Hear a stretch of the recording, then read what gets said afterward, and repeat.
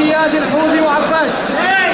ونتقدم بالشكر للإخوة في وزارة الشباب ممثلة بالوزير نايف البكري، والأخ الأستاذ خالد صالح وكيل أول لوزارة الشباب، والدكتور عزام خليفة مدير مكتب وزارة الشباب والرياضة عدن في تعميم هذه البطولة للتوعية في النشاط الرياضي في عدن الحبيبة. ونتقدم بالشكر لكل من حضر معنا الأستاذ محمد ناصر شاذلي وكيل محافظة عدن، والدكتور عزام، والأخ عبد الله فضيل وكيل المحافظة، والأستاذ رحمن شاير رئيس الاتحاد اليمني والعربي للجودو، والأستاذ محمد حيدار رئيس اتحاد القدم، والأستاذ وجدان شاذلي مدير مكتب الوزير وجدان شعيب عفوا، والأستاذ فرحان المنتصر مدير عام الإعلام في الوزارة في مكتب عدن، والأستاذ أبي فيصل صبري الأولمبية المعروفة، والأخوة الكرام الحاضرون. ونبدأ بالتكريم الآن بالأخوة إدارة نادي المنصورة عدن في ترتيبها لهذه البطولة في صالة المنصورة عدن. ونتقدم بالشكر للأستاذ أحمد عبد العزيز الكادح رئيس النادي، يتقدم أحد الأخوة الإسلام الكابتن حسين الصفاف، الأخ محمود محمد،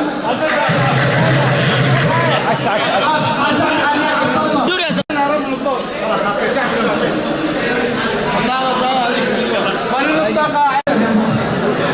محمد حسين على واحد محمد حسين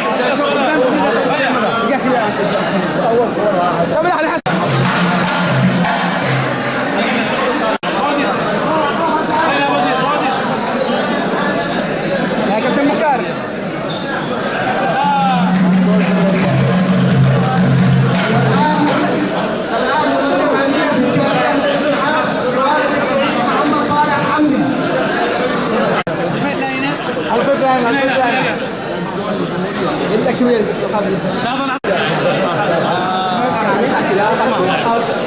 خلي شكلها تمام. ولا بشكل الصور تمام.